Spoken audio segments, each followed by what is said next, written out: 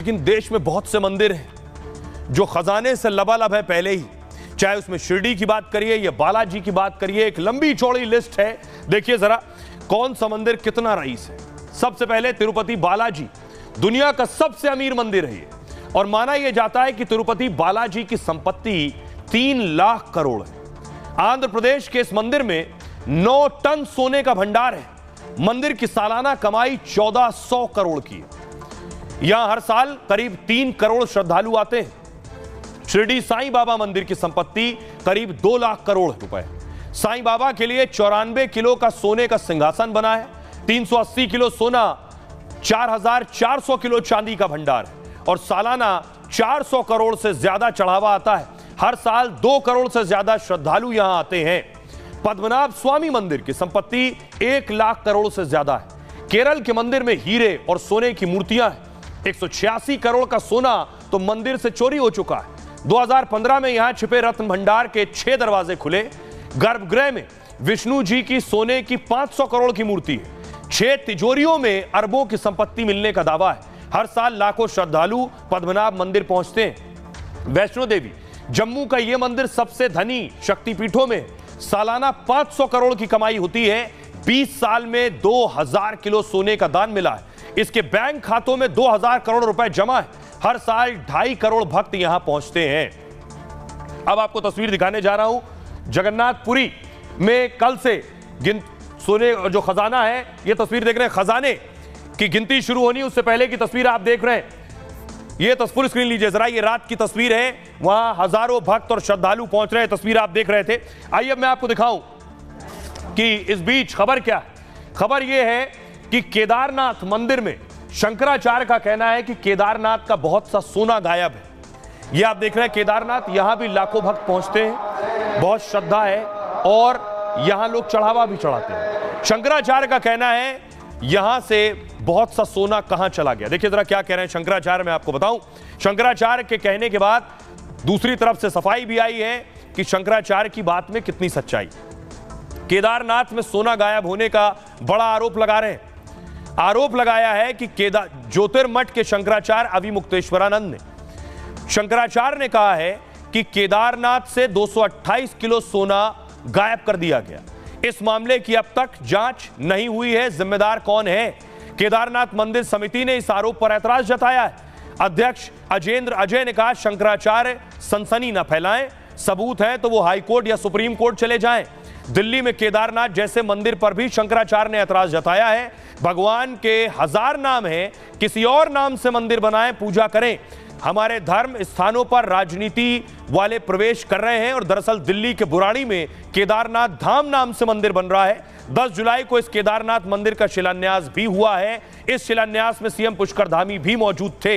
विवाद के बाद मंदिर के नाम से धाम शब्द हटाने पर बात हुई है। ट्रस्ट के संस्थापक ने कहा केदारनाथ मंदिर बनकर रहेंगे। आइए सुनिए जरा शंकराचार्य क्या कुछ कह रहे हैं। 228 किलो सोना केदारनाथ से गायब कर दिया गया। ये कहां का नियम है? क्यों नहीं उठाते हो प्रेस वाले इस बात को? आज तक कोई जांच तक नहीं बैठाई गई। 228 किलो सोना का घोटाला केदारनाथ में हो गया।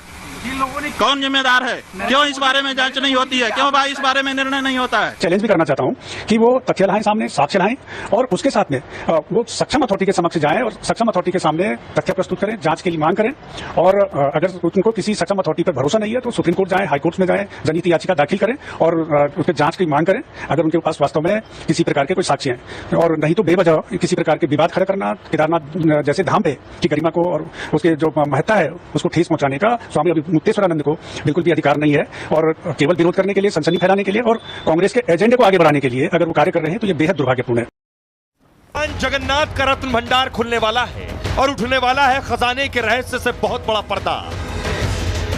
पुरी में लाखों श्रद्धालुओं का सैलाब उमड़ा और देश भर की नजरें टिकी हैं कि जगन्नाथ के तिलिस्मी खजाने पर जो सोने का अलंकार है आइडेंटिफाई होगा।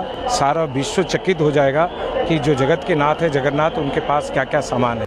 46 साल पहले जब खजाने की गिनती हुई तो 100 करोड़ से ज्यादा की संपत्ति मिली थी।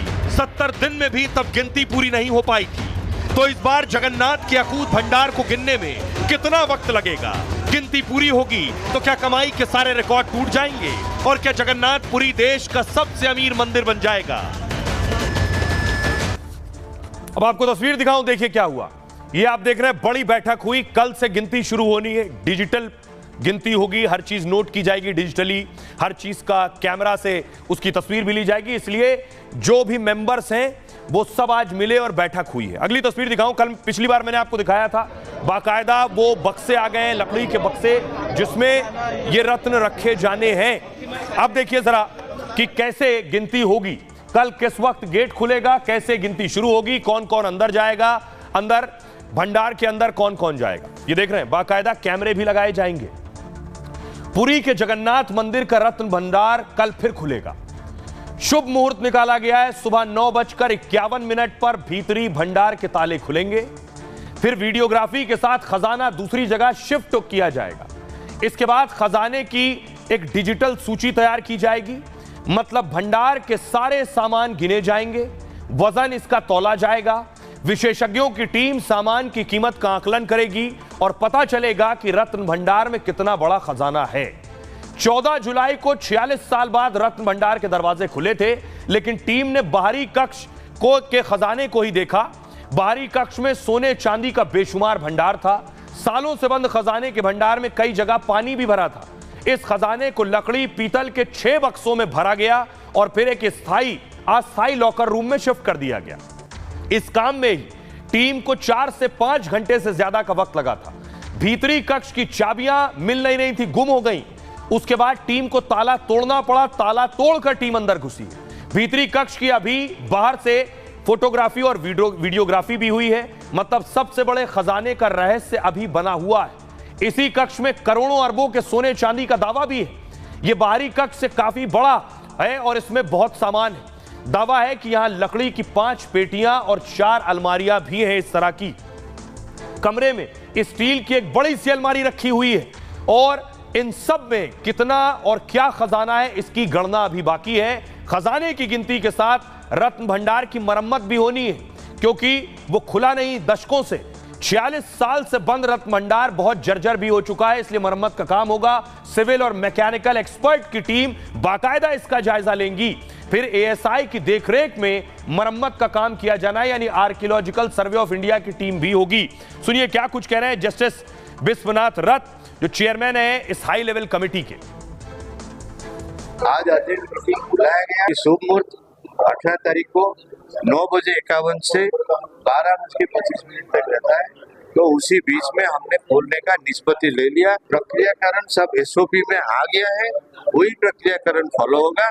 वही प्रक्रियाकरण के हिसाब से हम भीतर भंडार जाएंगे, बाहर भंडार खोलेंगे पहले करके, जैसे जैसे अलमीरा में है या सिंदूक में है उसी हिसाब से उसी को ऐसे एक अलमीरा या सिंदूक में हम शिफ्ट करेंगे, फिर उसको सील करके हम।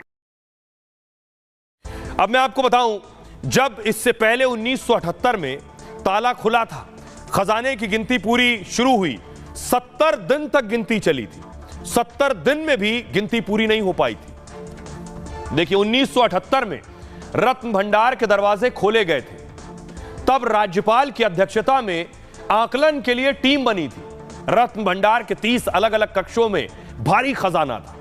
इस खजाने को गिनने में उस टीम को थोड़े बहुत नहीं 70 दिन लग गए खजाना गिनने में। टीम को गिनती में अकेले में सोने के 445 सामान मिले थे गिनती के दौरान। रत्न भंडार में मिले कुल सोने का वजन उस वक्त था 128 किलो, मतलब 96 करोड़ कीमत का सिर्फ सोना था 1978 में।